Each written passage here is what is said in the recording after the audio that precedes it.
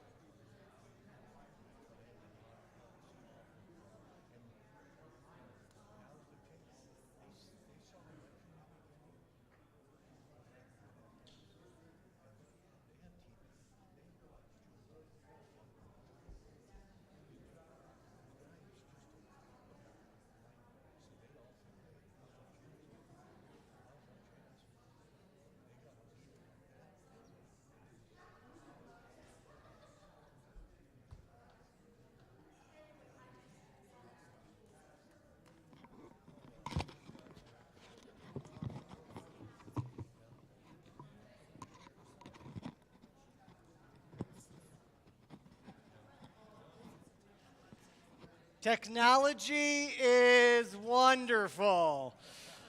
Literally came in here this afternoon and went through the whole thing, and now none of it's working. So trust me, it'll be worth the wait. So just keep talking amongst yourselves. Hopefully we'll have this resolved in the next few moments. Or you could just start praying that it's going to work in the next few moments, and then we can celebrate.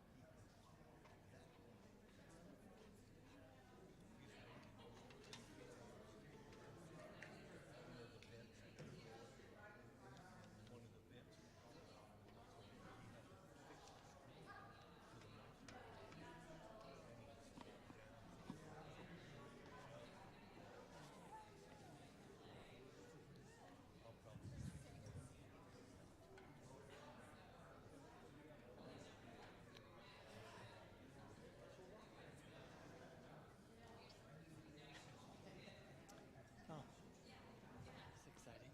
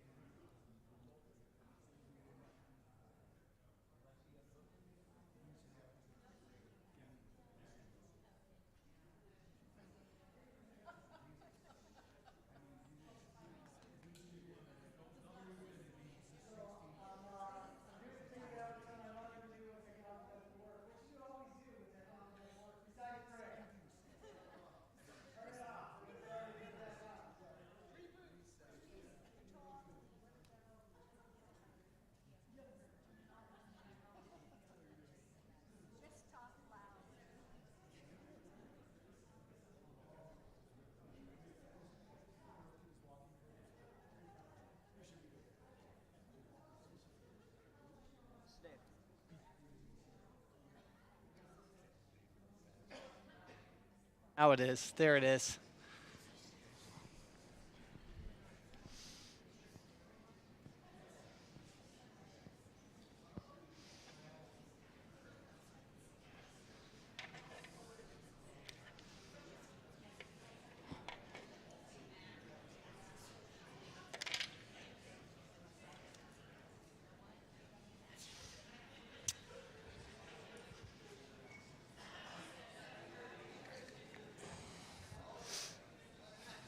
Perfect.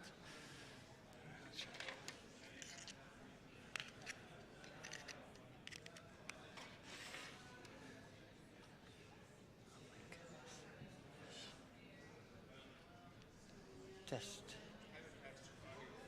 Okay. Do you want to hook ProPresenter just for a second and see if where she's getting a signal from here? Well, I actually saw that I was getting it. It was showing up on my display. So now I'm going to, so I shut it down, restart. I'm going to see if it catches it. I stole yours. Where is your screen share? Right here. Yeah. Whoa. What am I looking for? Here. Where is it? Here, I'll show you. Well, it was here. Watch this. I mean, the whole thing hinges. It was working earlier. Mike. Oh, see, it's not even showing it now. So so this is not working. this was working. Is this working? Yeah. This has to have power. What kind of power? Your computer power. Oh, it does? Okay. Because when I did it,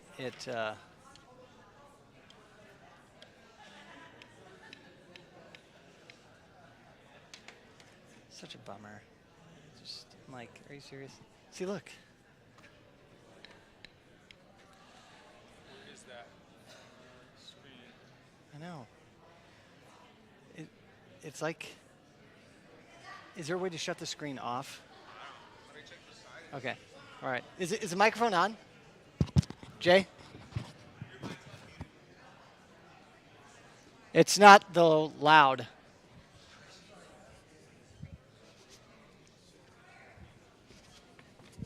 Where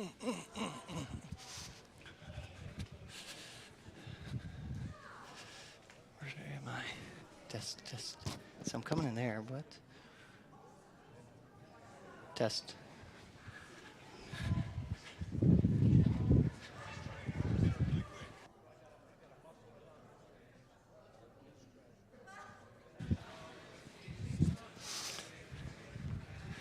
All right. And then, Jake, can you give me a little bit more volume? We're going to start because now I'm 10 minutes later than what I wanted. We're still working on it. Literally the whole presentation is on this computer with all the pictures and everything. So can you want to come up? We'll just get it really, really close and tight. It is an apple. And we want the tent? What kind of madness are you saying? So Jason's trying something out for us to just see if the screen, this is one of the first times we've done this. Literally, I was in here all this afternoon. There we go. Oh, yay. All right, now. That's just my microphone. Okay, that's the easiest. That's the easiest thing to fix here. And Jason's going to be trying something else here. So I might just pause in the middle of it. I'm going to kind of get started, and then I'll pause because I really do want to get the slides up and going. The problem is we just don't know how much longer it's going to take for certain things. So here's what I'm going to do. I'm going to pray. And then we'll dive in. Let's pray together. Lord, don't understand why things are happening the way that they are.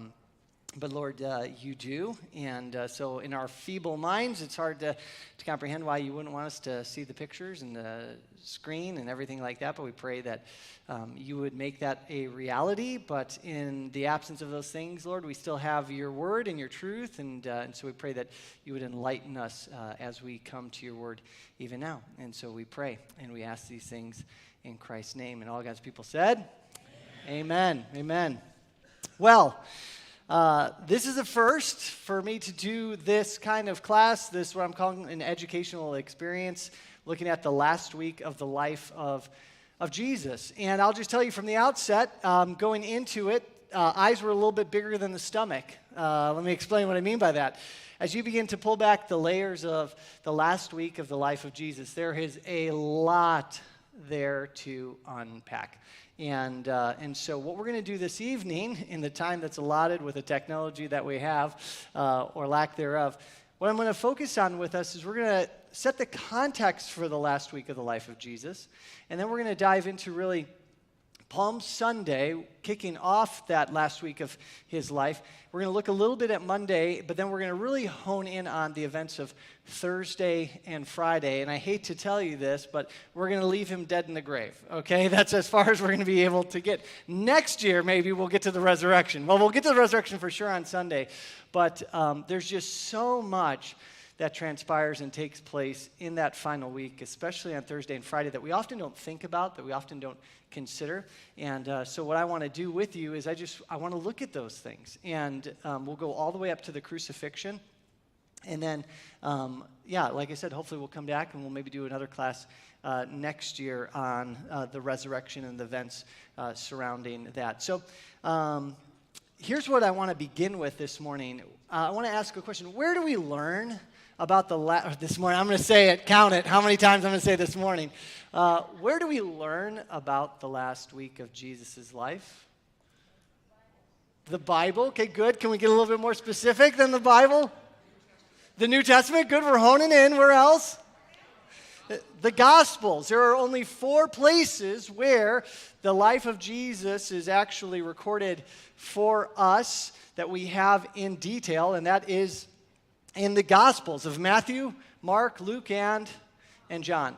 And so that's where we're going to be focusing. That's where we're going to be looking. That's where we find about the life of Jesus. Oh, this is good. This is like the second best thing that we can do here is to go with the TV. So I'm going to look at them go. While they do that, everybody look and stare at them. I'm going to try one more thing here.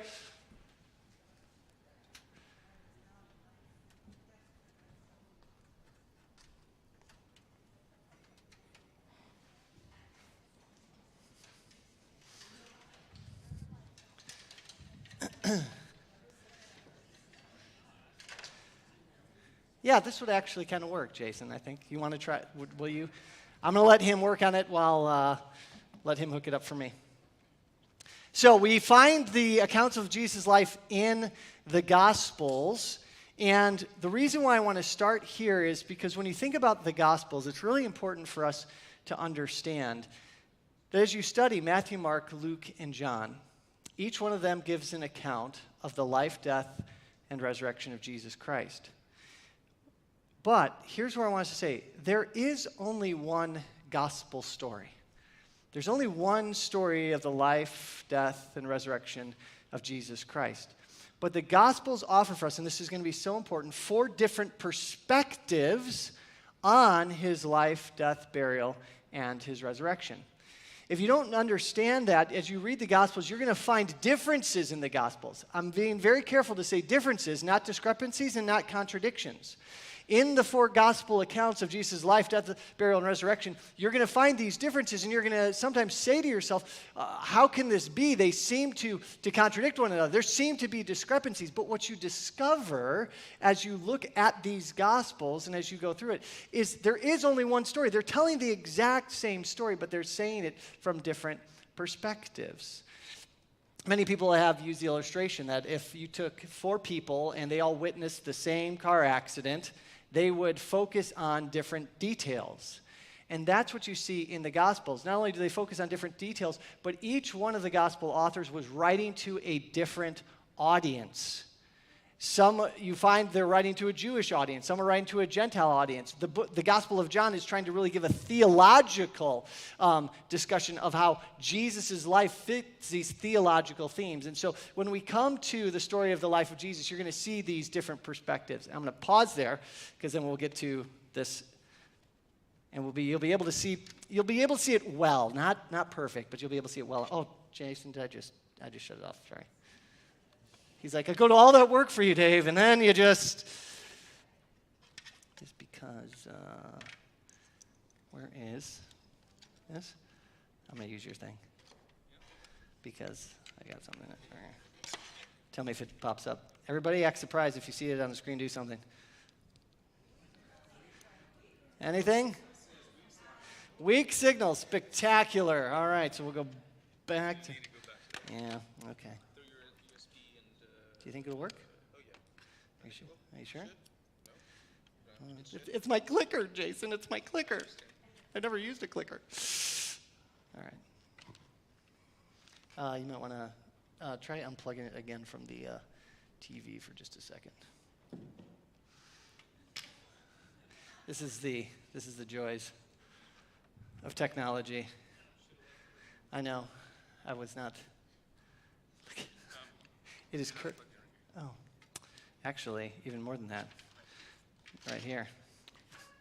How many pastors does it take? Good thing we didn't write it, just you. Well, let's see. There we go. All right. Perfect. Nice. All right. Yay. With this we can do things, and I can just unmirror this. You guys stop doing what you're doing there. Well, look, it's on the big screen. Don't. Let all wrath and malice and slander be put away from you, along with all anger. So I think the Lord was helping me. Here we go. All right, throw this over over here, and then we can, here we go. All right. Two things. Presenter view. Wonderful. I can throw you over here. Can everybody see it? It looks so big, right? There we go. No. I know. I can't even see what I'm doing there. There we go. Marianne? Jesus loves you, and I do too. All right. Hey, look at it, the last week of the life of Jesus. All right, there we go. I'll turn just a little bit there. You can see that to a degree, except for the reflection. Yeah, Jay, would that be possible? The upper lights. You're like, where is the... Here we go. Oh, praise the Lord. Here we go. All right, now we can see that. So now we're on. So where do we learn about the life of Jesus?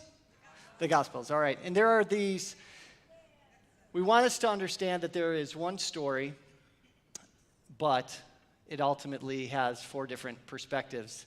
And as we think about this, and we think about the different perspectives that we find, this is going to pop up a lot as you study the Gospels and you look at Jesus' life. But I want you to have absolute confidence that as you're reading the Scriptures, as you're reading these accounts, what you have going on here is not discrepancies and not contradictions. You have men coming and giving different perspectives of the same events. I want to show you just kind of one illustration of it. Let's see if that's not even going to work. I'm not even going to try. So,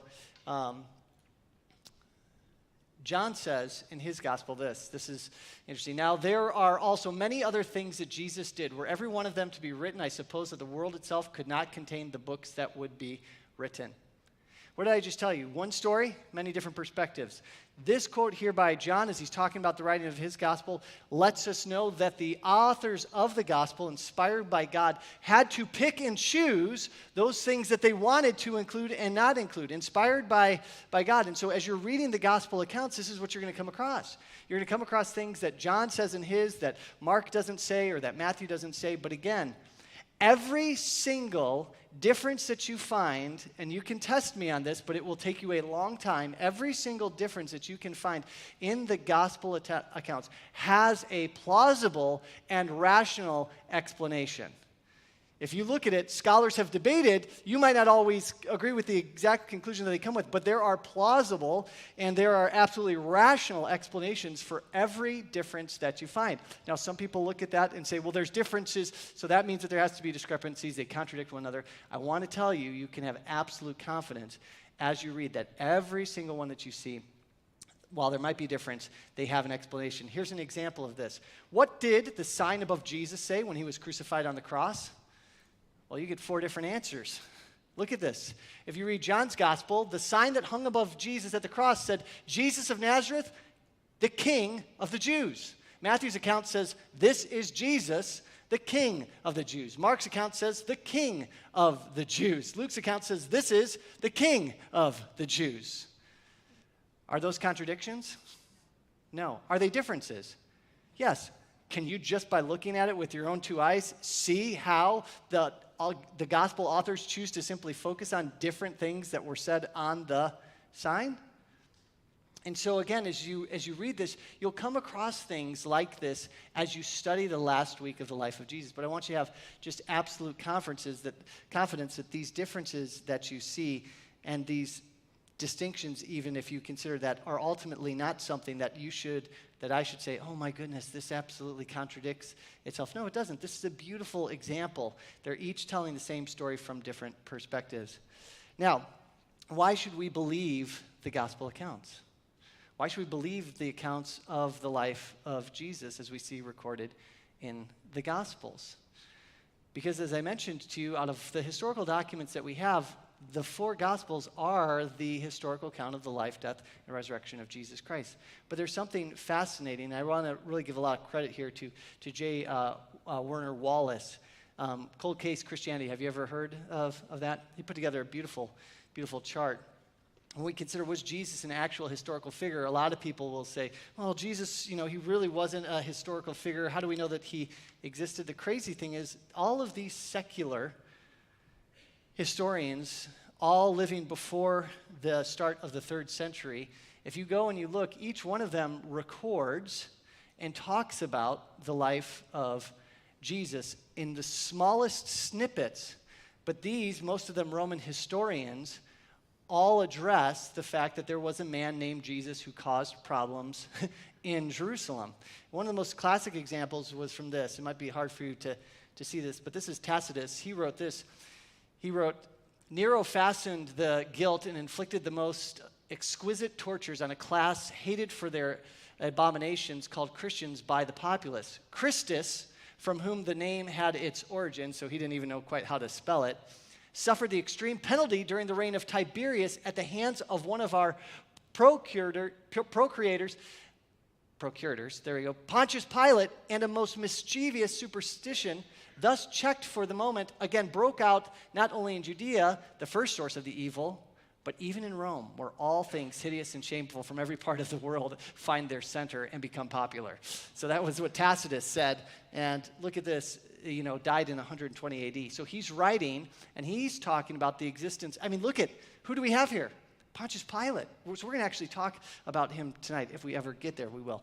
But what I'm wanting to show you is we read about Jesus last week here in the 4 Gospels. Why can we believe it? Because again, if you go just back here to this chart for a minute, there are outside biblical references to Christ by these individuals. Now, they're not all absolutely explicit. They don't always spell his name right. But again, you can see what each one of them generally says about him. So just kind of a fascinating thing that maybe most of us don't ever think about. Now, as we get into it tonight, now we're getting to the last week of the life of Jesus. The question is, where and what was Jesus doing before this last week of his life? What was he doing? What was he engaged in? Well, we know, and this is, you could have seen it so beautifully up on the screen. You see here, this is a general map of Israel, but you also see here in this map the different locations where Jesus was ministering. All the way up here in the north, in the Sea of Galilee region, you can see Jesus was born in Nazareth, but spent most of his adult life and his 3 years ministering up here in Capernaum in the surrounding region of the Sea of Galilee. Way down here, you see, is Jerusalem. Way up here is Caesarea Philippi. So Jesus' ministry spanned literally north to south the entirety of the nation of Israel, focusing in on the population areas. Didn't spend a lot of time on the coast because most of the population was focused inland. And so Jesus is there. He's in Jerusalem. He's ministering. Here's a picture that I want to just jump to that says, this shows you that he began his journey to Jerusalem for the last week of his life, starting in the north in the town of Capernaum. Now, Capernaum was a fishing village. This was on the north end of the Sea of Galilee. And this is where Peter came from. This is where the majority of the apostles came from. And it's up there in the north. It's removed from Jerusalem and all the hustle and bustle. But Jesus finally comes and he confesses to his followers. He says, listen, I need to go to Jerusalem. I need to complete the work that I came to do. So in the time leading up to that last week of Jesus' life, he makes his way from the north all the way down, and he eventually arrives in Jericho. The week before his last week, he arrives in Jericho. And Jericho is about 17 miles from Bethlehem. And the path to get from Jericho to Jerusalem. And the path from Jericho to Jerusalem, it's kind of a desolate path. It's the path that he tells the story of the Good Samaritan in. It's where robbers would come, but it was a thoroughfare to get from Jericho to Jerusalem. And Jesus is in Jericho. Does anybody know what happens in Jericho that week before he enters into Jerusalem? He does something. He performs one of his last miracles. Anybody want to take a guess? Two blind men. He heals the blind men. He gives them their sight. I always marvel at that miracle. The very last, miracle that Jesus does is giving sight to the blind. When we get to heaven, we'll know why he does all the exact miracles that he does. But I love the picture that right before he goes into Jerusalem, he opens the eyes of the blind. And ultimately what he came to do, as John Gospel talks about, is to bring light into the darkness. Symbolic, can't say 100% for sure, but I believe that Jesus knew what he was doing. And so here he is, he's making his way, he stops in Jericho, and before he gets to Jericho, or before he goes into Jerusalem, he's going to stop in two places, Bethany and Bethpage. We're going to come back to that in just a minute. But the last week of Jesus' life, this is what is so important for us to understand, is what time of year is all this taking place? What was that? Passover. And what time of year is Passover? Springtime, right now. All right, if you take away anything from tonight, it's to have this understanding of the significance of Passover culturally, not just religiously, for those people. So here's a couple of things that we need to know. The time that most scholars put the last week of Jesus' life, and there's some debate on this, is April of AD 33. And this would have been the week of the Jewish Passover. And Jews were required to make a pilgrimage to the temple in Jerusalem 3 times a year to participate in major festivals. 3 times a year, you were to drop whatever you were doing. If you were a Jew and you were in Israel, even if you weren't in Israel and you were a Jew, the idea was that you would come and you would worship in Jerusalem at the temple 3 different times. The first time would be at the Passover. This festival was held in spring, usually March or April, depending upon when the new moon was, to commemorate the Israelites' liberation from slavery in Egypt. I'm going to come back to the Passover in just a minute. Let me just tell you the other 2 really quick.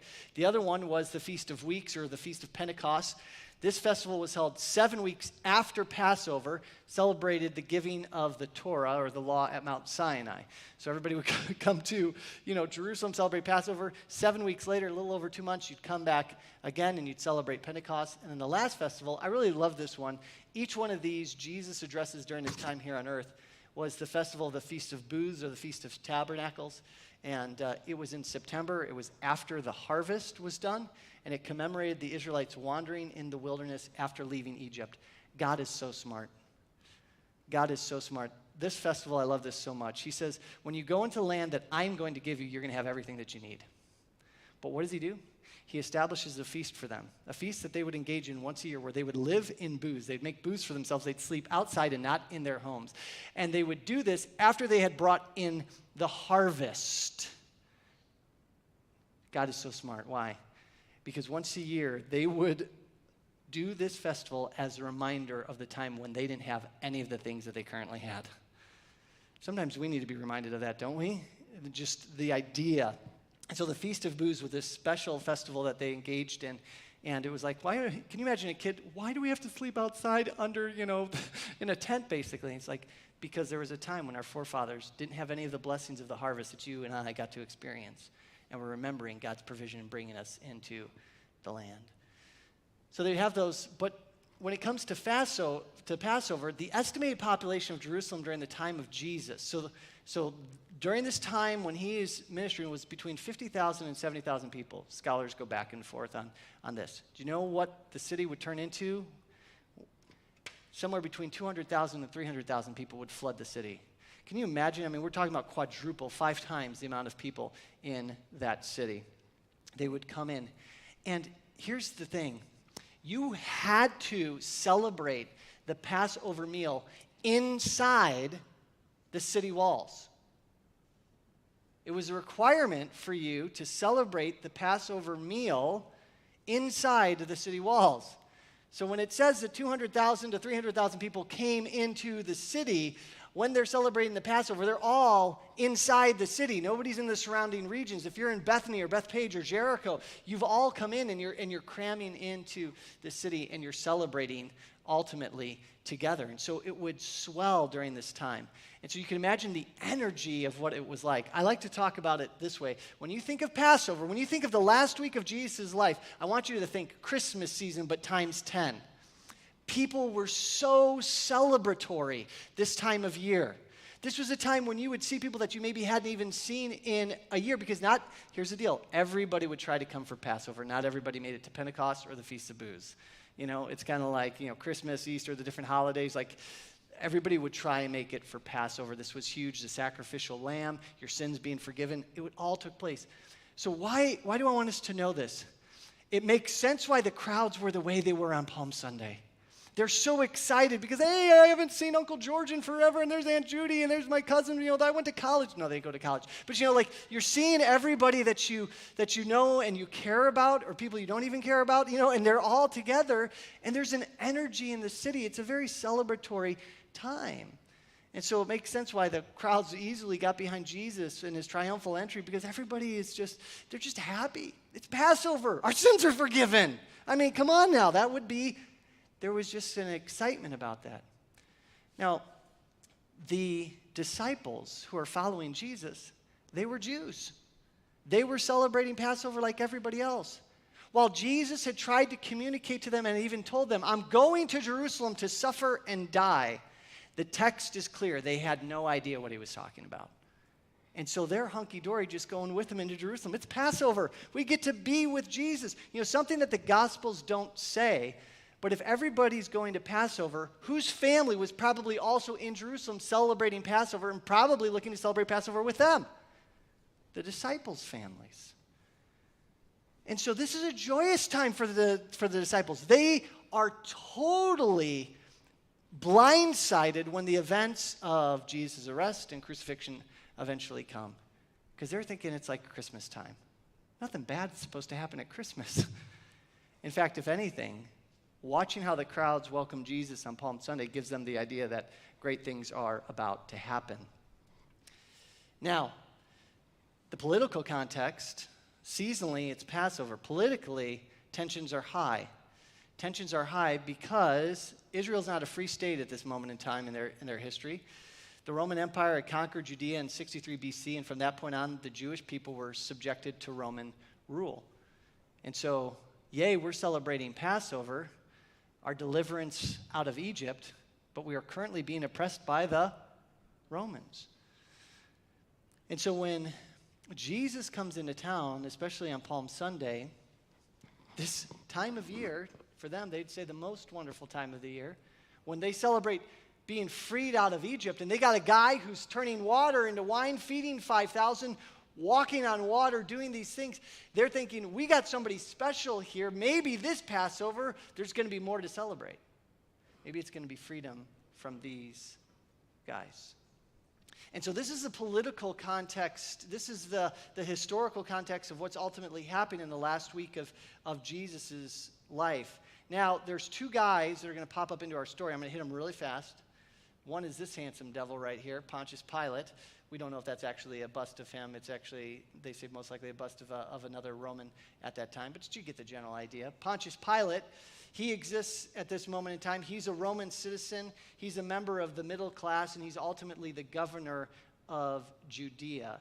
And so he's responsible for keeping order, and he ruled over all non-Roman citizens in Judea.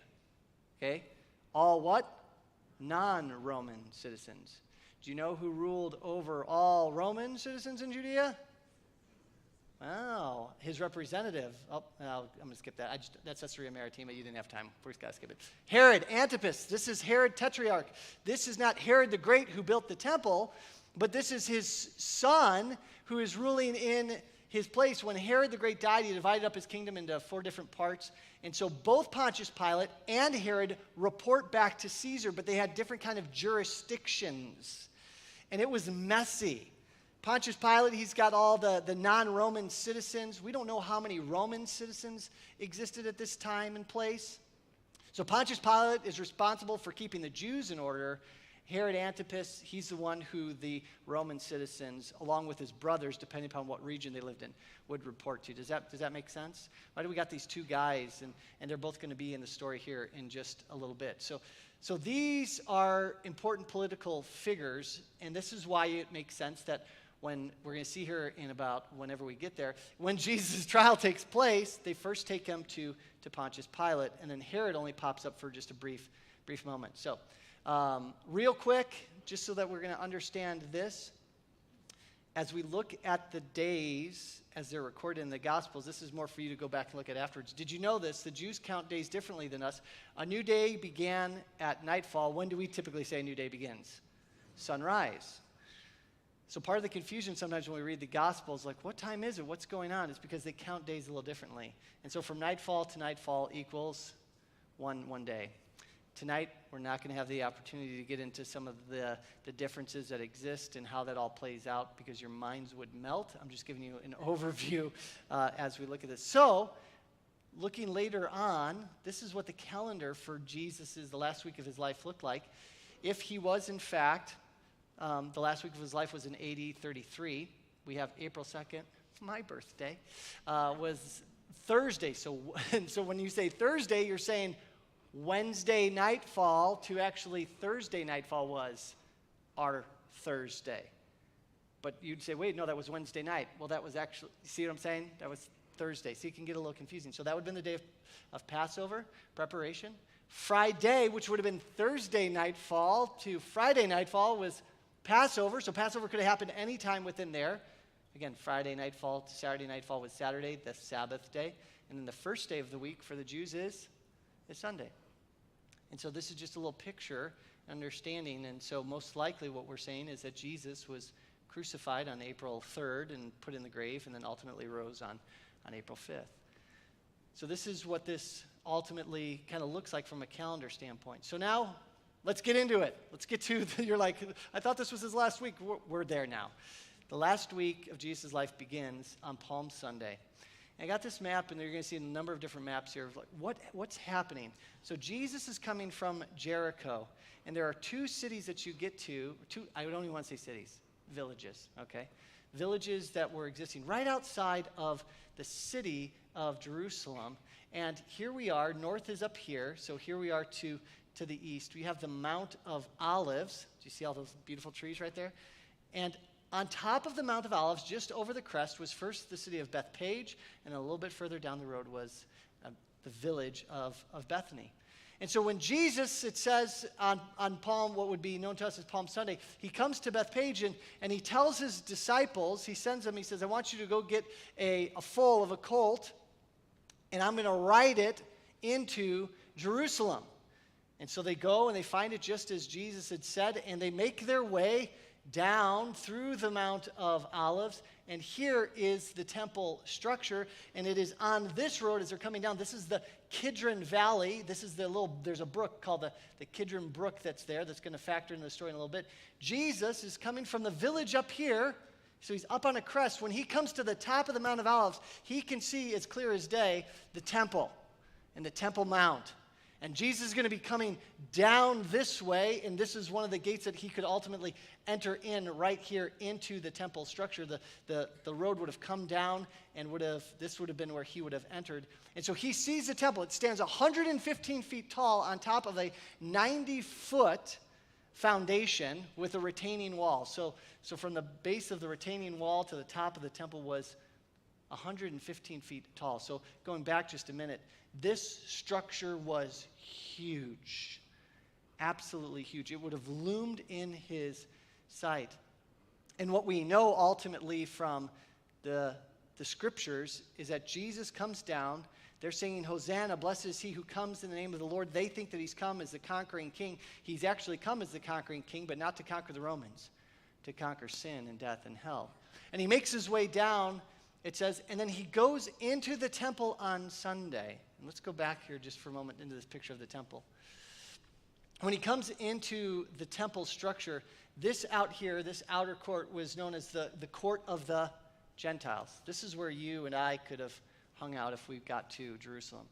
This right here, though, was the court where Gentiles would no longer be allowed to come in. Inside here was the court of women, and then inside here was where men could go, and only the priests could enter the holy place. And so Jesus, it says, on that Sunday, he goes into the temple and he looks around and he sees something that's set up here in the court of the Gentiles. You know what's set up in the court of the Gentiles? Money changers. Money changers. We were in Jerusalem recently. We were talking with our guide, and I greatly disagree with him on this, and I think it's partially his Jewishness was influencing this.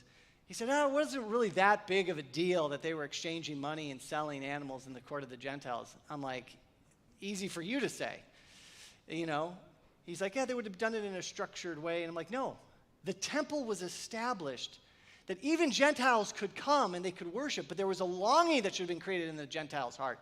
And Jesus sees this, and he knows that he's entering into Jerusalem to break down the dividing wall, the barrier that existed between Jew and Gentile. Most people think that when Paul, as we saw in Ephesians, was talking about the dividing wall that exists, that Jesus breaks down, with the imagery that he has in mind is this wall that kept the Gentiles from being able to enter into the places where they could worship with the Jews. And so when Jesus comes in, he sees this. He doesn't do anything about it. But the next day, Monday, he goes back in, and what does he do? The scriptures tell us that he goes in on Monday, and he sees, and he begins to drive out the money changers, drive out those who are selling inside the temple. My Father's house should be a house of, does anybody remember what he said? A house of prayer. It shouldn't be a marketplace. So Sunday, he enters in. The crowds are hailing him.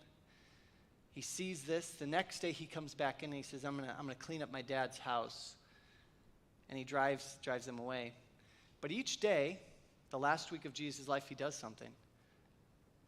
We have an understanding from the gospel accounts. He doesn't stay in Jerusalem. He doesn't stay in Jerusalem. In fact, let me just go back for a minute. Every day, he goes in and he teaches in the temple, it tells us. Sunday, Monday, Tuesday, Wednesday. But then he goes back out and he stays.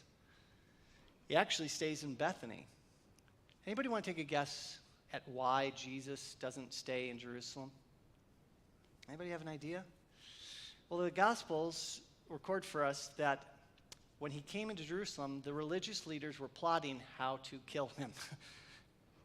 And he knew that his time had not yet come, and so he's getting away from the crowds at the end of the day because Jesus realizes what's taking place, the heightened tensions that are there, and so he's going back to these villages. Everybody's in here, and that's where all the hustle and bustle is, but he's kind of getting away from the crowds until the appointed time.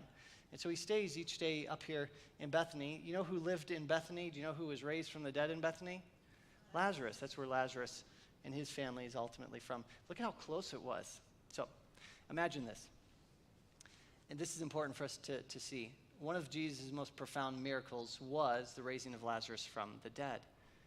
Do you now see how close those events took place to Jerusalem? Where all the religious leaders were? Do you think news of Lazarus being raised from the dead got to the ears of the people in Jerusalem pretty easily? Do you think it was easy for them to go and to explore the account and to ask the people who saw it happen? You begin to see why the religious leaders, when you just look at the geography, why they would have been so nervous about what Jesus was doing. So he goes back and he stays in Bethany each one of those days.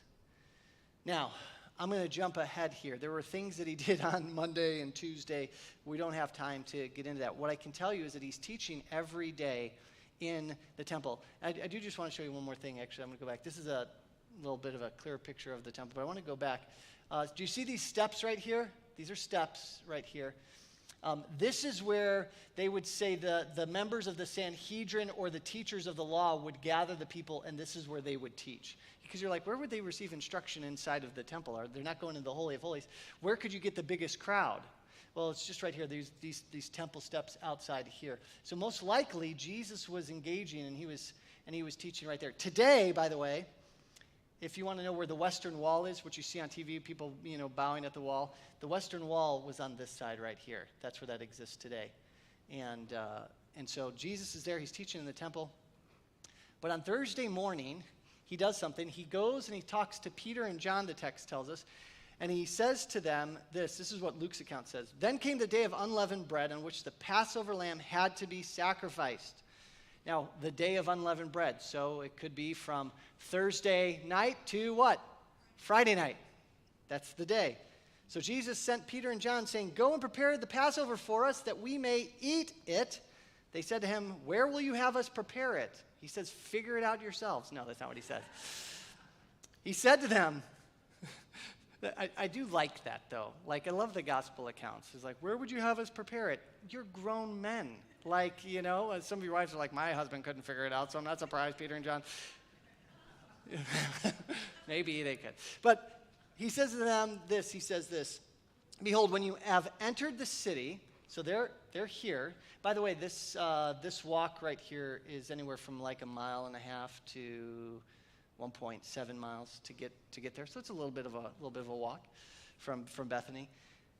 It says, when you get there and you've entered the city, a man carrying a jar of water will meet you. Follow him into the house that he enters and tell the master of the house, the teacher says to you, where is the guest room where I may eat the Passover with my disciples? And he will show you a large room furnished. Prepare it there. And they went and found it just as he told them. And they prepared the Passover. As we talked about, you had to have the Passover inside the city, so it makes complete sense that they were being told to go inside the city to prepare it. He tells them to find a man carrying water. And this is a very interesting little detail in the story. Why was it strange for a man to carry water in Jesus' day? It was his women's work. The women were the one who carried the water. So there's been a lot of debate and a lot of scholars trying to say, what's the significance of a man carrying water? There's a number of different explanations to it. Some people have said Jesus had prearranged that as a signal with somebody else. You know, it would be so strange. I mean, listen, it would have been so strange to see a man carrying water that they would have been able to pick it out instantaneously. Isn't that crazy? I was trying to, do you want to know the illustration I was going to use? And it doesn't work anymore. It would be like a man wearing a dress. And that does not work, though, anymore. I can't even use that as an illustration anymore. But it would have been so odd. I was like, what's he doing? Like, he's carrying a water, right? And you know, how would you have carried water? It would have been up here. And so maybe Jesus had prearranged this in advance. It could also be, some people say, our Jewish guide, he said, you know, maybe it was a member of the Essene community, and they didn't have any women that would have been a part of that, and so they loved taking ritual baths and being clean, and so they were always carrying jugs of water. And so I don't know for sure, but it was a detail that Jesus knew and that he passed on to them. And so they go and they find it. It says everything just as he had said. And so he makes his way then with his disciples. Now, I really like this. This is actually a CGI kind of rendering that somebody did on a computer. Again, Mount of Olives is over here. You can see the different roads. This is a little bit steeper. There would have been actually a road that would have come along the outside, not just in the valley. But here's the Mount of Olives. So Jesus would have been coming down and coming in and coming into the city. And here we see him talking about, again, the day of unleavened bread, part of the Passover. This is the text we just read. And so he goes into the city. Mount of Olives is over here, so he comes down into the city. He makes his way, at least by most historical evidence, that the upper room where the house was prepared was somewhere over here in the city. We don't know for 100% that that's where it takes place, but it's what archaeologists and the church has affirmed as a place where he performed the Last Supper. And so he goes there. Here's another map I wanted to show you that kind of gives you another idea. I don't know if this is too confusing. Again, what's this over here? Mount of Olives. Way down over here is the upper room where Jesus is going in. You see the temple. And so here's another kind of representation of it. Jesus would have come in, made his way over to that room, and then he's going to go back later on that night to the Garden of Gethsemane. But while he's there in the upper room, we're not going to go through all the details, but some really significant things happen while he's in the upper room. One of the things that happens is that he washes the disciples' feet. In John's gospel, there's this deeply thorough account of all that Jesus taught and did on that night. In fact, the other gospels have very scant details. But if you want to know what took place on that night, I encourage you, starting in John 13, going through 14, 15, 16, 17, and then in 18, Jesus talks to his disciples. He gives his final instructions to them. He washes their feet. He prays over them. He talks about the Holy Spirit coming upon them. He says these words, which I love so deeply. He said, I have said these things to you in figures of speech. The hour is coming when I will no longer speak to you in figures of speech, but will tell you plainly about the Father. In that day you will ask in my name, and I do not say to you that I will ask in the Father's on your behalf, for the Father himself loves you because you have loved me and have believed that I came from God. I came from the Father and have come into the world, and now I'm leaving the world and going to the Father.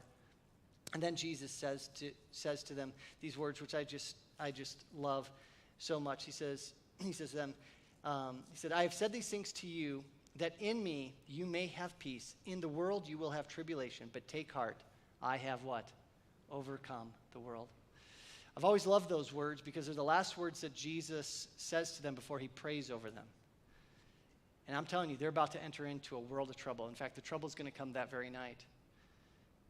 Take heart, for I have overcome the world. In just a few moments, it's going to look like the world has overcome Jesus because he leaves the upper room with his disciples on that night after they've had Passover, after he has instituted the Lord's Supper, and they go back all the way to the Garden of Gethsemane. Here's another picture, just kind of give you a little idea of what it would have looked like. Going through, this is again a CG rendering, down around the temple they would have gone out. I love this. This is maybe what it would have looked like in the evening. Remember, it's a full moon. It's a new moon that's coming. So we have Jesus in the garden, and he's there, and he's with his disciples, and he's having this moment with them. And if you know the story, this is a picture of the Garden of Gethsemane today. It didn't probably look like this in Jesus' day, right? This is a representation of what it maybe would have looked like. Those olive trees are very old, but not all the way back to the time of Jesus. But Jesus goes to this garden and he gets away. What's so unique about the Bible is its historical accuracy. It says that Jesus crossed the brook of the Kidron and went to the garden in Gethsemane. And do you know what the word Gethsemane means? You and your Aramaic, are we all good with that? It means olive press. Olive press. It's at the base of the Mount of what? Olives. Anybody want to take a wild guess why an olive press would be at the base of something called the Mount of Olives? Gravity, right? A lot easier to take olives what? Down than to take them up. And so there was this olive press that was there. Jesus would have passed it often as he went into the city from Bethany and Bethpage. And so he goes to this garden. This is Thursday night to get away and to take some time in prayer before the Lord because he knows what's about to happen. I left out a little detail. When they were there at the Last Supper, there was one disciple who had other plans for that evening. Did anybody know what his name was? Judas. At the meal, when everybody else gets up to go to the Garden of Gethsemane, the text tells us that Judas left the meal and didn't go with them to the garden right away. Instead, he went to the religious leaders and he told them, okay, now's the time. Now's the time where you can get Jesus. They had already agreed to him betraying Jesus, him turning Jesus over to them for 30 pieces of silver. This is, again, a little fascinating detail. Judas knew the plans of Jesus. He knew that Jesus would often go to the garden to get away by himself, and the last thing that the religious leaders wanted was to take Jesus in the middle of the day while he was teaching the temple. He was at the temple, what? Every day teaching. And they wouldn't confront him there, and they wouldn't take him there. Why? Because Jesus had the people on his side. At least they were intrigued by him. And so Judas, when he knows that Jesus that night is going into the garden, he realizes now's the opportunity. Now's the opportunity. They can take him. It's late at night. It's after the Passover meal. It's late Thursday night. We probably even haven't hit Friday morning, early morning yet. And so there, while Jesus is in the garden, he prays his famous prayer. He says, Father, if this cup can pass from me, let it, but not my will, yours be what? Done. Because Jesus knows the cup of God's wrath that he's going to have to drink that night. And so he's there and he's in the garden and he's praying, and it's while he's in the garden that then he tells his disciples, hey, wait and pray with me. They fall asleep time and time again. And then finally Judas comes, and he comes with a bunch of armed guards. They weren't Roman guards, most likely. They were probably, religious guards that were part of that time. There's some differences in who these soldiers actually were. And they come up, and Judas comes to Jesus, and he goes to give him a kiss. And Jesus says to him those words, would you betray me with a kiss? And that was a sign that this was Jesus. And it's like, why would they need that sign? Because it's dark, right? They don't have the lights. They don't want to be arresting Peter or John or James. So he goes right to Jesus. He gives the sign. And then it says in the text that ultimately they bind Jesus.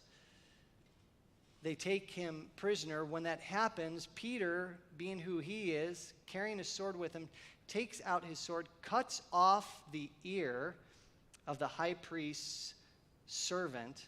Jesus says, hey, put your sword away. And then he does one more miracle. He picks up the ear, which, gross, but takes it, puts it on the man, and heals him. And can you just, the craziness of that evening, that people would see him do that and be like, all right, well, we're still got to arrest you, just the blindness that was in their hearts and in their minds. And so I just want to read for you what it says here in Matthew's account. It says, while he was still speaking, Judas came, one of the 12, and with a great crowd with swords and clubs from the chief priests and the elders of the people. Now the betrayer had given them a sign, saying, the one I will kiss, as the man sees him. And he came up to Jesus at once and said, greetings, Rabbi, and he kissed him. Jesus said to him, friend, do what you came to do. Then they came up and laid hands on Jesus and seized him. But all this had taken place that the scripture of the prophets might be fulfilled. Then all the disciples left him and fled. Could you imagine sitting around on Christmas morning with your family, and you're there and you're with your family and you're opening the gifts and everybody's laughing and everybody's smiling and taking pictures and you're having a good time. And then, the gifts are done and everybody's just kind of playing around, resting, doing their thing. And then a SWAT team busts in and arrests Grandpa. You want to talk about the energy being sucked out of the room, right? You want to be like, what's your world, your world being turned upside down. Like the disciples were real men at a real time in a real place in history. They had greater expectations than just having opened Christmas presents, right? And here they are on this Thursday night. They just had the Passover meal, and they're all together, and they've been having this wonderful time, and they're a little bit tired. They keep falling asleep. Maybe their bellies are full. And then Judas comes, and can you imagine the tension that all of a sudden was created? And they take Jesus away, and it says that they fled. Now, not all of them flee completely away. There's one person that kind of follows along. And you could easily see how he could have followed along. When you look at the Kidron Valley, and you look at the path that then Jesus takes, you realize that in the darkness of the night, it would have been easy for him to ultimately follow. But Peter follows along. And so they go back. They come back, and now it's Thursday night, early Friday. Jesus is arrested, and this group is taking Jesus. Most people are probably asleep, and so nobody notices them really coming through. I'm sure they're not trying to make a lot of noise. And they bring Jesus to the first of his trials on that day. And the first place that they take him, the gospel accounts tell us, is that he has this informal trial, and it's recorded for us that Jesus goes to I always don't know how to say it, Annas. Anybody want to give me Rip? What do we got? Annas? Yeah, let's go with Annas. He was the father-in-law of the high priest at that time, Caiaphas. And so he had previously been a high priest himself, and so the gospel accounts say that he leaves the garden, and they go first to his house. And a lot of people have wondered, why is it that he goes here first? It's only in John's gospel that it's mentioned that he goes here. And some people think that it was ultimately Annas that had arranged with Judas to have everything go down. And so they go into Jerusalem, and they go to his house. Just briefly, there's a stopover, and they have a bit of an exchange. And then finally, they're like, well, let's get on with the real thing. So the first phase, they have this informal questioning of Jesus that takes place. I'm just going to kind of run through it here. And then they finally take him over to Caiaphas's home. And based upon the layout of Jerusalem at the time, based upon the fact that Caiaphas was related to Annas, I'm thinking that they were pretty close in location, maybe even part of the same complex. But Jesus now comes to Caiaphas's home, and part of the Sanhedrin. Now, does anybody know who or what the Sanhedrin was? Does anybody have any ideas? Good, don't worry, I'm going to tell you. You can see down here, the upper room. Most people, today, the places where the upper room is identified as where Jesus had the Last Supper and Caiaphas' home, they're not that far away from each other. And so Jesus basically would have taken almost the exact same path back to be held at trial. In fact, this is something that's fascinating today. When you go to Caiaphas' house today, the place that's established, these steps date back to the time of Jesus. And they go down to the road that would have ultimately led down and out to the Kidron Valley. So today, there's a pretty good chance that Jesus was led up these steps right here, ultimately to Caiaphas' house. Now, Caiaphas, he was the high priest. That's why they brought Jesus there. The high priest was the most important religious figure in ancient Jewish society and was responsible for performing the most significant religious duties in the temple of Jerusalem. He was also responsible for keeping order as it pertained to the Sanhedrin. And so ultimately, here's a picture of maybe a representation of what Caiaphas would have looked like at that time. Now, the Sanhedrin was the supreme council and the court of justice in ancient Jewish society. It had both a religious and political function. These were the people who ultimately decided what was it that God's law said and how was it to be applied in Jewish society. And so they had both religious and political influence at that time. The Sanhedrin at this moment in Israel's history was primarily made up of Pharisees. There was another group called the Sadducees. Caiaphas was part of the Pharisees. And so Caiaphas, he's kind of like this, if I were to put it in political context today, something that would be somewhat akin to it would be like the Speaker of the House from the aspect of how he oversaw the Sanhedrin, but with a lot more power, with a lot more influence. And so he really dictated the way that things would swing in that day. And so the text tells us that they bring Jesus ultimately to Caiaphas, to his home, and they hold what we say was ultimately a formal trial, but it was in the home of Caiaphas. It wasn't actually in the temple. Do you remember those steps that I showed you where the Sanhedrin, or where I said that the people would teach inside the temple? That was one of the places where also a trial could ultimately be held, but they held it here in Caiaphas' home. And it says that the whole council, according to the text, was gathered there. But in reality, if the whole council was there, all you needed was 23 members of the Sanhedrin to be present, to have a quorum. And so when you're thinking about how they had this trial this late at night, they probably were waking up and getting anybody that was nearby. There were ultimately 71 members who made up the Sanhedrin, but they only need 23 to put on a trial. And I bet you that they probably got the 23 that they wanted to try Jesus. And so they bring Jesus, and they begin to have a trial. I'm going to show you just a little video here, actually. This is actually, there we go. This is actually from near the rooftop of Caiaphas' home in Jerusalem today. And, it's so short. That's it? That's all there was? There we go. You can see the Mount of Olives is over there. Here's the road that goes through the Kidron Valley. This was ultimately the Temple Mount, just right up there. So his house was so close to the temple. But they go there and they have the trial of Jesus. And today, if you were to go to Caiaphas' home, one of the things that you'd find is Mike Petro in a hole. No. Is that inside Caiaphas' home, there was this cistern that they found. And the layout of it seems to indicate that this wasn't a cistern that was actually active and being used, but instead was potentially a place where they would hold people before they were brought to trial. So there's a very good chance that before Jesus was brought, while they were getting all 23 at least to form the trial, he was being held down in this very, very pit. Again, we don't know these things for sure. Here's another little picture from kind of the rooftop. Mount of Olives is way up here. If you were to go to Bethany and Bethpage, they're just over the hill. Mount of Olives is down around this corner. And so they go, and he's there, and he's being questioned. And I'm going to get to the questioning in just a minute. But there's one person, one of his disciples, who's kind of followed along. It's none other than Peter. Do you see any imagery in there in this picture? Peter comes and he follows along at a distance. And Jesus had told him during the Passover, he says, before this night is through, you will deny me 3 times.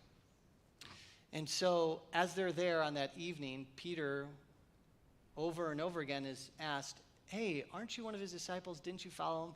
And each time Peter vehemently denies him. And this is just a famous picture where you see Jesus looking back and Peter turning away as he denied Jesus. Now, what ultimately happens at the trial is something interesting.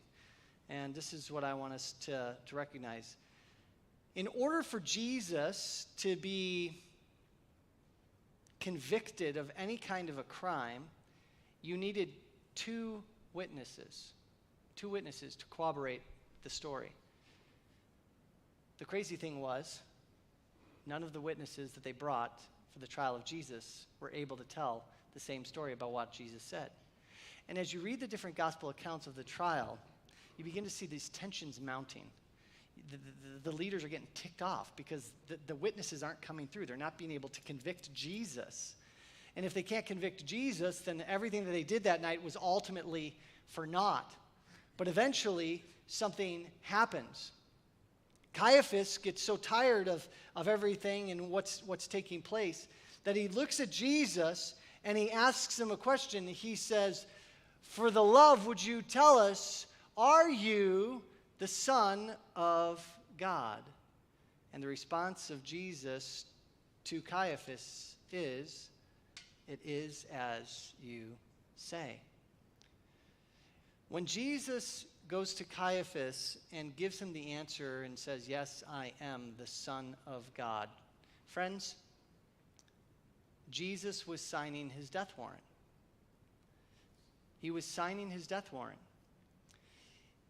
You see, if Jesus had not responded and kept silent throughout his entire trial, they couldn't have been able to convict him because none of the witnesses matched up.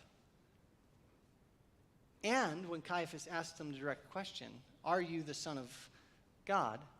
He could have remained silent and he could have been spared. You don't have to indict yourself, right? You don't have to ultimately give evidence against yourself. But Jesus knew what the entire day, the entire evening was all about and where he was going. He knew that the cup would not pass from him. And so when he said, it is as you say, in that moment you need to recognize Jesus was allowing himself to be convicted. He was being convicted with his own words.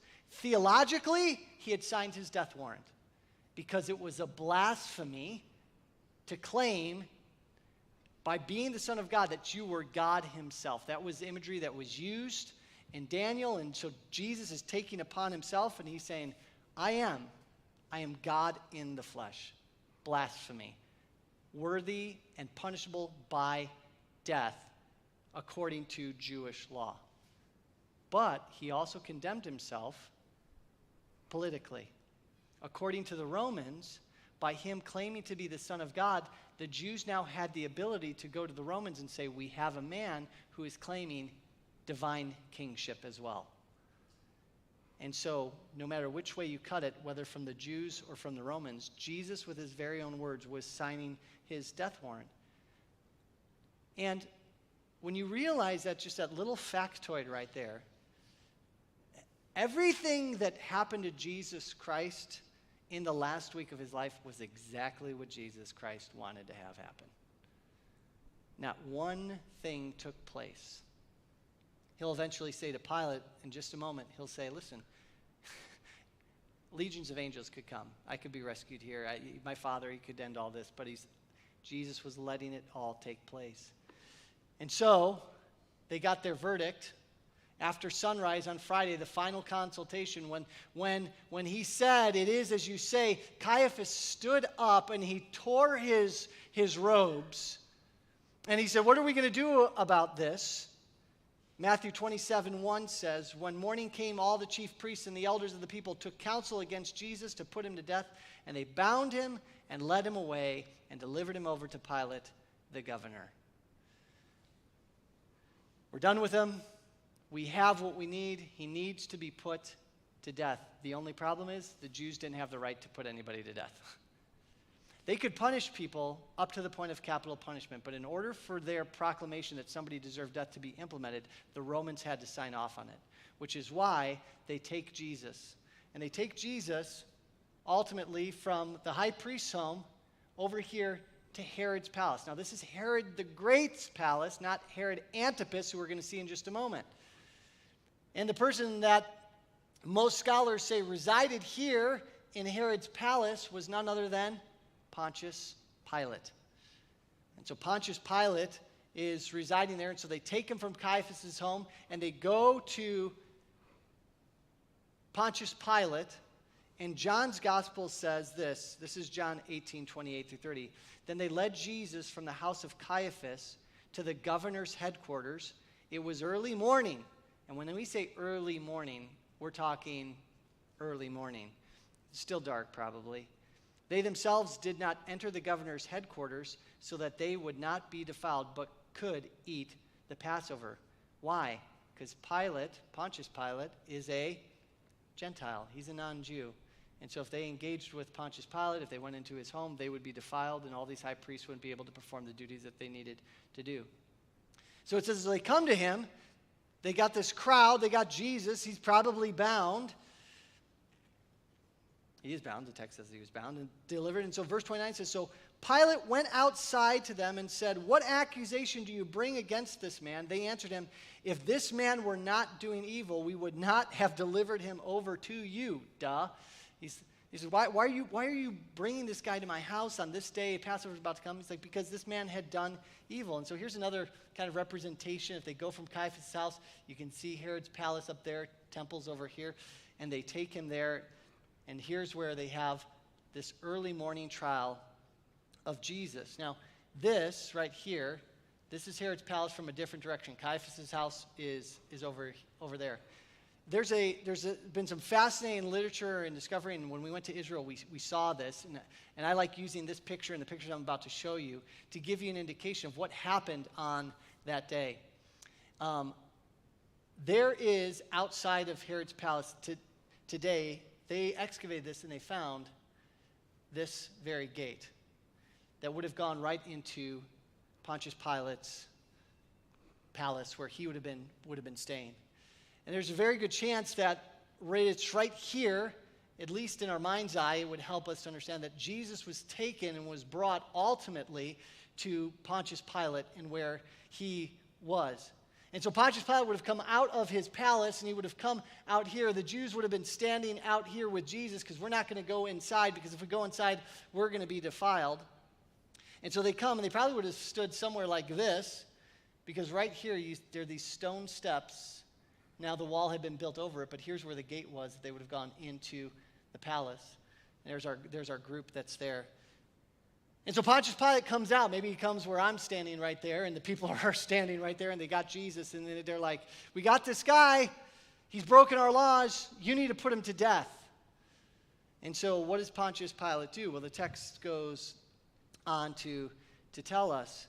The very first thing he does is he questions Jesus for a moment, and he doesn't find anything that's ultimately wrong with him. Here's just some different perspectives of that. That would have been looking directly down on the area. And this is going to come into play in just a little bit. Here's one more little pretty picture.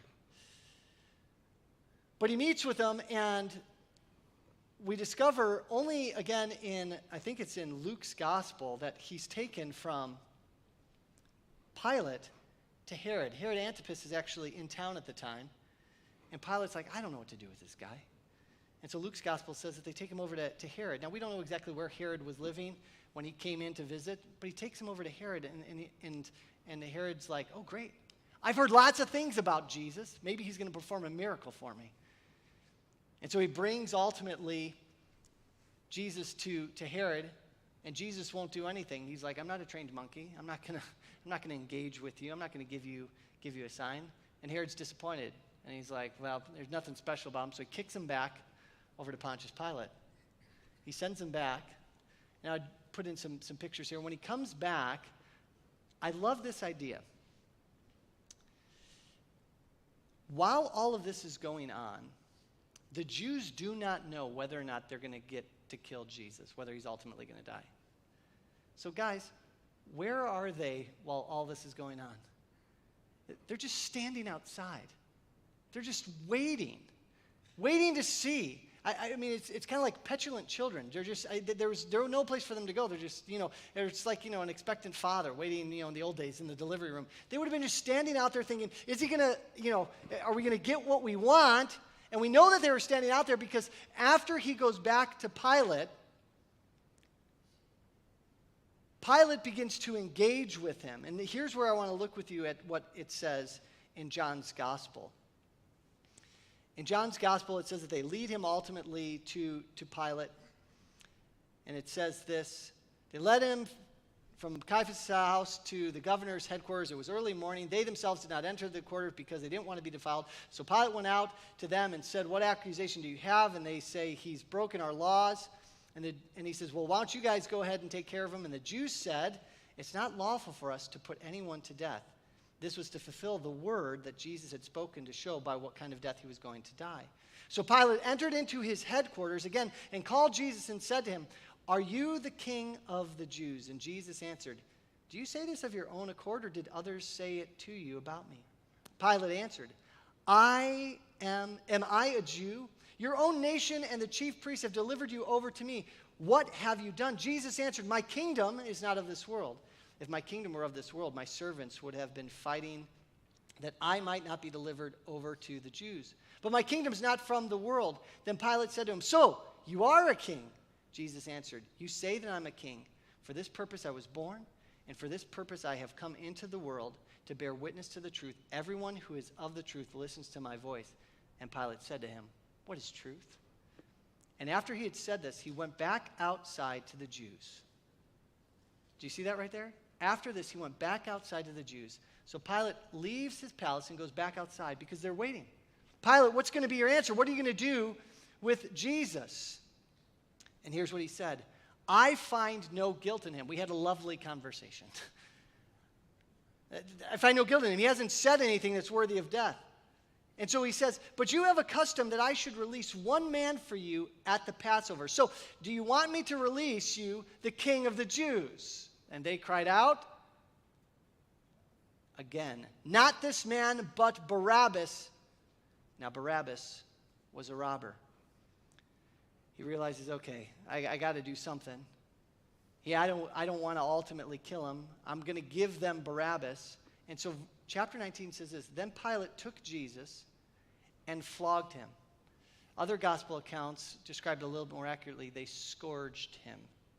And do you know what that involved?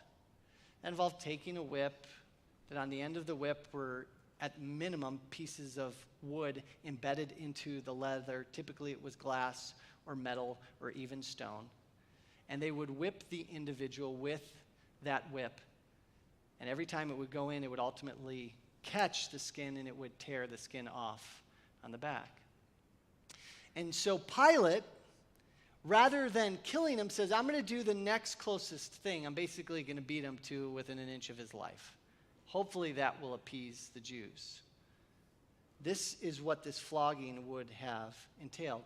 And then it says that the soldiers twisted together a crown of thorns and put it on his head and arrayed him in purple robe. They came up to him saying, "Hail, King of the Jews," and struck him with their hands.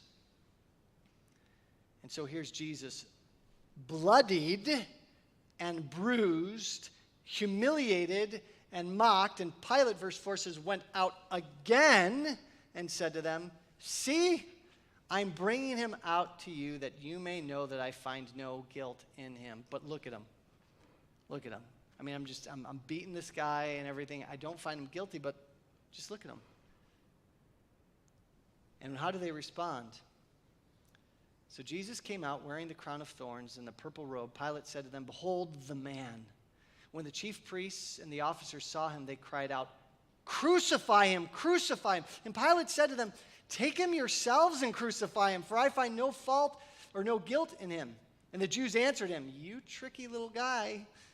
We have a law, and according to that law, he ought to die because he has made himself the Son of God." When Pilate heard this statement, he was even more afraid. Whoa, wait a second. I thought I was just dealing with a guy who claimed to be a king. He's claiming to be the Son of God. And at this, guess what Pilate does? He's already beaten. Now, how would you feel at this point? You just flogged this man, and now there's a potential that he is something more than what he looks to be. And so when Pilate heard this, he was even more afraid, and he entered his headquarters again and said to Jesus, "Where are you from?" But Jesus gave him no answer. So Pilate said to him, "You will not speak to me? Do you not know that I have authority to release you and authority to crucify you?" Jesus answered him, "You would have no authority over me at all unless it had been given you from above. Therefore, he who delivered me over to you has the greater sin." I don't know what Pilate thought. I bet you kind of get a little shiver up his spine at this. And from then on, Pilate sought to release him, but the Jews cried out, "If you release this man, you're not Caesar's friend. Everyone who makes himself a king opposes Caesar." So they had Pilate in a corner. And when Pilate heard these words, he brought Jesus out, sat down on the judgment seat at a place called the Stone Pavement, and in Aramaic, Gabbatha. Now, this is why I wanted to show you this, is because he's going back and forth in and out of the palace. When they excavated this site, there were pavement stones here that were unique to that area. And that's why some people say that potentially the very thing that we're reading here in the text was taking place just right here. If not here, it gives you at least an idea of what that place would have looked like. It would have been close. There would have been walls here, so the Jews couldn't see in what was happening. But this is a place where judgment would have been leveled. And so Pilate now, he comes, and he's at the very, very end of his rope. He's trapped in a corner. He doesn't know what to do. The Jews say, "If you don't kill him," after the pronouncement that he made, not only did he violate our law, but he violated Roman law. "You're no friends of Caesar's." And so verse 14 says, "Now it was the day of preparation for the Passover. It was about the 6th hour. He said to the Jews, 'Behold your king.' They cried out, 'Away with him, crucify him.' Pilate said to them, 'Shall I crucify your king?' The chief priests answered, 'We have no king but Caesar.' So he delivered him over to them to be crucified." And so they take Jesus with a final verdict. He's condemned to die, and they take the road to Golgotha. And from the location of Herod's palace right here, Golgotha is only about 0.4 miles, 700 meters or so, to where the Church of the Holy Sepulchre is today, where most scholars actually believe that Jesus was crucified and buried. You can see in the map Herod's palace there. Here's the temple. Here's what it would have looked like, potentially Golgotha right here. The garden tomb very close by.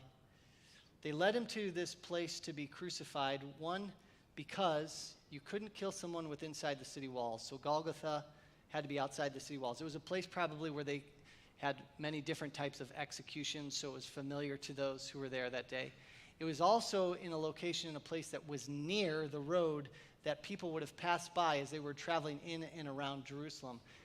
Friends, why did they crucify near a road? Why did they execute him there? It was a sign to everybody that was nearby. You don't do this. You don't do this. This will get you in trouble. And so they put a sign above his head. The text tells us, all 4 Gospels record the sign said, "This is the King of the Jews." And they hung him between two thieves. 2 common criminals were there with Jesus as he hung on the cross. Beaten and flogged. One little thing that happened is they were making their way from, just going back for a minute, from Herod's palace, ultimately to Golgotha. Because of Jesus' condition, because of how horrendously he had been beaten and bruised, he wasn't able to carry his cross at 700 meters, that almost half mile. And so they got a guy, Simon of Cyrene, to carry the cross for Jesus. Most people estimate that the wood beam that he was supposed to carry was probably somewhere between 30 and 40 pounds. It wasn't a ridiculous weight, but because of how horribly he had been beaten, he wasn't able to carry that cross. And so he goes to Golgotha. And it says here in Matthew's gospel, then the soldiers of the governor took Jesus into the governor's headquarters. They gathered the whole battalion before him. They stripped him. They put a scarlet robe on him and twisted together a crown of thorns. Verse 30, and they spit on him and took the reed and struck him on the head. And when they had mocked him, they stripped him of his robe and put his own clothes on him and led him away to crucify him. As they went out, they found of Cyrene Simon by name. They compelled this man to carry his cross. And when they came to a place called Golgotha, which means the place of the skull, they offered him wine to drink mixed with gall, but when he tasted it, he would not drink it. Other gospel accounts indicated that they dipped a sponge in water and they gave it to him to drink. Do you know what's significant about that sponge? Why would they have a sponge handy in Jesus' day? Have you ever thought about that? That's kind of a funny little fact. Yeah, to wash. We know, and this was pointed out to us while we were in Israel, and I looked it up since then, that a sponge was one of the required equipment that was carried by Roman soldiers at that time. They used that sponge. So they would always have a sponge with them as part of their equipment that they carried with them. You'd use that sponge to wash yourself, to clean yourself, but you'd also use that sponge to wipe yourself. And so when you read that in the text and you see that they took the sponge and they put wine and vinegar on it and they gave it to Jesus, that's disgusting. It's humiliating. The other thing about the crucifixion is that historical texts tell us that when you were crucified naked. Our pictures of Jesus always have him typically clothed to some degree. That wasn't probably the case.